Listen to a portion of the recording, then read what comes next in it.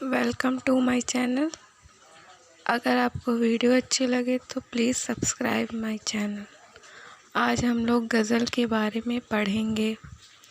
غزل عربی زبان کا لفظ ہے جس کے معنی ہیں عورتوں سے باتیں کرنا، عورتوں کی باتیں کرنا، یا عورتوں کے حسن و جمال کی تعریف کرنا یا رسی بٹنا۔ جو شعر عورتوں کی تعریف میں کہا جائے اسے غزل کہتے ہیں۔ عربی شعراء جب اپنی معشوقاؤں کا سراپا کھینچتے یا ان کے حسن و جمال کی تعریف کرتے یا ان کی محبت میں اپنے دلی جذبات کا اظہار کرتے تو اس عمل کو وہ تغزل اور ایسے اشعار کو غزل کہتے۔ مطلب عربی شعراء جب اپنی معشوقاؤں کی تعریف میں کچھ اشعار کہتے تو اسے وہ غزل کہتے۔ شروع میں غزل کا موضوع حسن و عشق ہوتا تھا، مگر وقت گزرنے کے ساتھ ساتھ اس کے موضوعات میں ہر طرح کے مضامین شامل ہوتے گئے، جیسے موسم، بہار اور زندگی کے مسائل، ان سبھی کو بھی اس میں جگہ ملتی گئی۔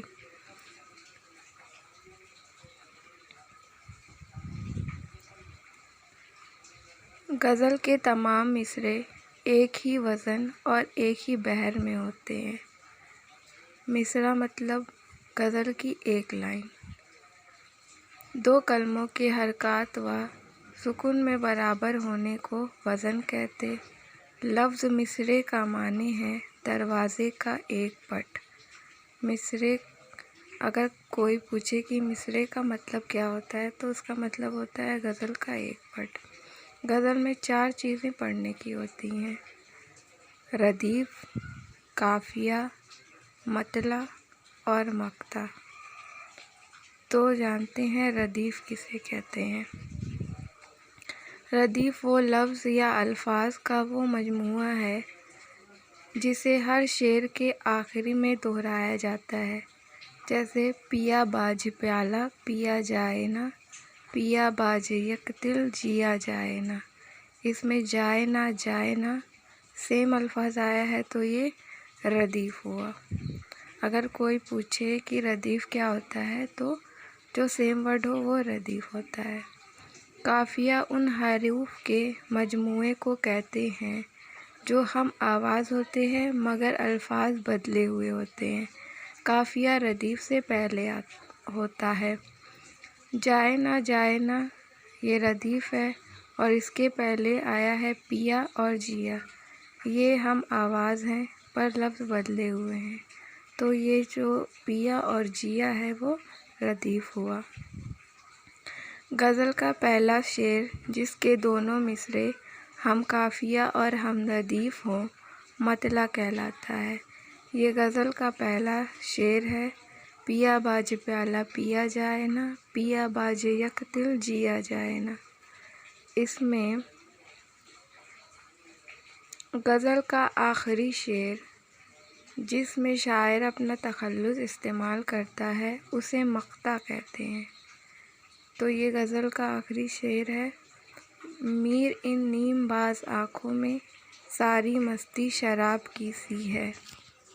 یہ غزل کا آخری شعر ہے اور اس میں میر تقی میر نے اپنا تخلص استعمال کیا ہے، اس لیے یہ مقطع ہے۔ مطلع اور مقطع جو ہے، غزل میں مطلع اول کے بعد اگر دوبارہ مطلع کی طرح کوئی شعر آتا ہے تو اسے حسن مطلع، زیب مطلع اور مطلع ثانی کہتے ہیں۔ غزل کے سب سے اچھے شعر کو بیت الغزل، شاہ بیت یا حاصل غزل کہتے ہیں۔ غزل میں کم سے کم 5 شعر ہوتے ہیں اور زیادہ کی قید نہیں۔ غزل کا جو سب سے اچھا شعر ہوگا اسے بیت الغزل کہیں گے اور اس میں صرف کم سے کم 5 ہوں گے اور زیادہ کی قید نہیں۔ غزل کے اشعار میں مثنوی کی طرح خیال کا تسلسل نہیں ہوتا، بلکہ ہر شعر اپنی جگہ ایک مکمل اکائی ہوتا ہے اور ہر شعر میں ایک پوری بات کہہ دی جاتی ہے۔ غزل یا نظم کے ردیف و قافیہ کو ضمین کہتے ہیں، یا وہ بحر و ردیف و قافیہ جس کی غزل میں پابندی کی جاتی ہے اس کو غزل کہتے ہیں۔ اگر کسی غزل میں ردیف قافیے کی پابندی کی جائے تو اس کو ضمین کہتے ہیں۔ غزل کا آغاز و ارتقاء۔ اردو میں غزل گوئی کی ابتدا فارسی شاعری سے ہوئی ہے۔ بعض لوگوں نے امیر خسرو کو اردو کا پہلا غزل گو شاعر قرار دیا ہے۔ اردو کا پہلا صاحب دیوان شاعر قلی قطب شاہ کو قرار دیا گیا ہے۔ صاحب دیوان مطلب جس کا دیوان سب سے پہلے چھپا تو وہ قلی قطب شاہ ہے۔ ولی دکنی اردو کا پہلا ایسا باقاعدہ غزل گو شاعر ہے جس کے کلام کو بنیاد بنا کر بعد کے شعراء نے غزل گوئی کی۔ اگر ویڈیو اچھی لگے تو لائک کریں اور چینل کو سبسکرائب کریں اور ویڈیو کو شیئر کریں۔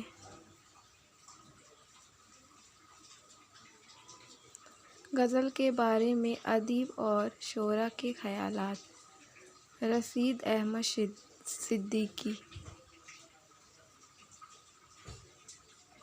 غزل جتنی بدنام ہے اتنی ہی مجھے عزیز ہے۔ غزل اردو شاعری کی آبرو ہے۔ غزل شاعری نہیں تہذیب بھی ہے۔ ہماری تہذیب غزل میں ہے اور غزل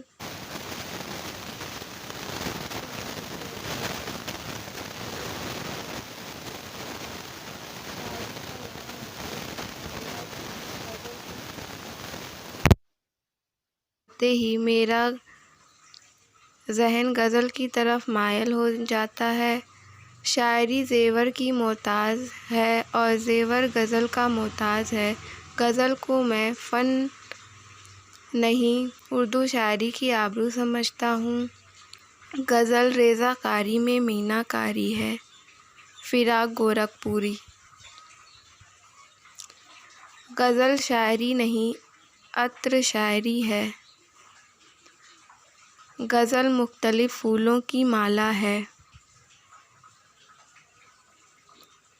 غزل انتہاؤں کا ایک سلسلہ ہے۔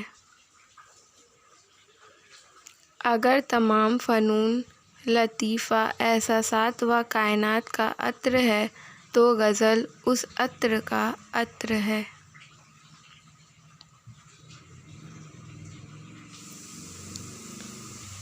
شبلی نعمانی۔ غزل کا خمیر عشق و محبت ہے۔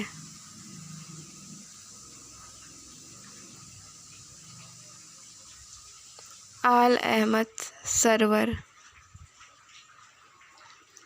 غزل نقاب پوش آرٹ اور چاول پر قل ہو اللہ لکھنے کا آرٹ ہے۔ غزل بڑی کافر صنف و سخن ہے۔ کلیم الدین احمد۔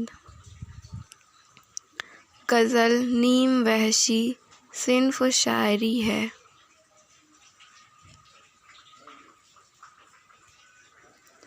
الطاف حسین حالی۔ غزل بے وقت کی راگنی ہے۔ قصیدہ اور غزل شاعری کے ناپاک دفتر ہیں اور عفونت میں سنڈاس سے بھی بدتر ہیں۔ غزل کی اصطلاح تمام اصناف سخن میں سب سے زیادہ اہم اور ضروری ہے۔ Thank you.